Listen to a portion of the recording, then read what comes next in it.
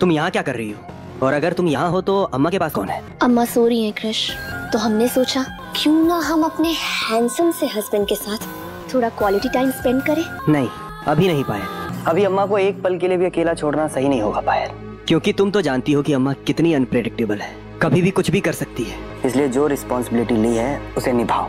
निभा तो रहे हैं जिम्मेदारी क्रिश। हम जानते हैं पायल कि तुम कितनी मेहनत कर रही हो, इसीलिए तो हम ये नहीं चाहते कि तुमसे कुछ भी गलती हो और तुम्हारे मेहनत पे पानी फिर जाए। सुहागन के एपिसोड में पायल दे रही है दादी को ओवरडोज और यहाँ पर जो बिंदिया है वो पकड़ लेती है।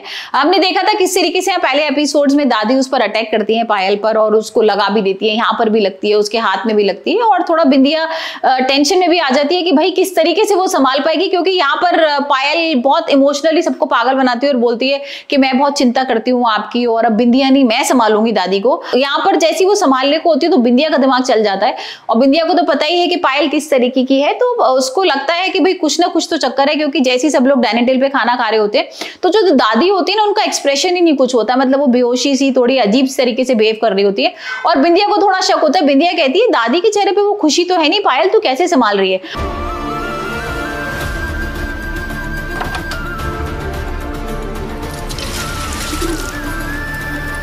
चलो आओ, हम तुम्हें कमरे तक छोड़ के आए, आ जाओ। अरे आ जाओ, चलो चलो चलो, अब जाओ, चलो। हे अम्बे माँ, अगर पल्लू को ये जग अम्मा के कमरे में नहीं दिखा तो उसको शक हो जाएगा। हमें किसी भी तरह उसे कमरे में जाने से रोकना होगा ताकि हम ये जग ले जाकर रख पाए।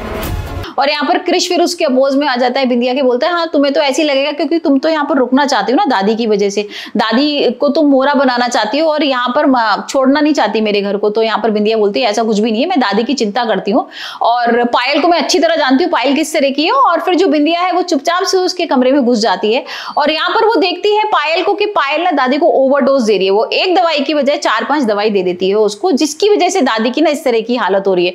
तो अब ये देखकर ना बिंदिया के होश उड़ जाते हैं। तो अब हम एपिसोड में देखेंगे भाई किस तरीके से यहाँ पर जो बिंदिया है वो पायल का कैसे सच सामने लाएगी और जैसे सब घर वालों को पता लगेगा कि वो ओवरडोज दे रही है तो क्या होगा क्रिश का और घर वालों का रिएक्शन, और हो सकता है कि जो क्रिश है वो पायल को उसके घर भेज दे वापस।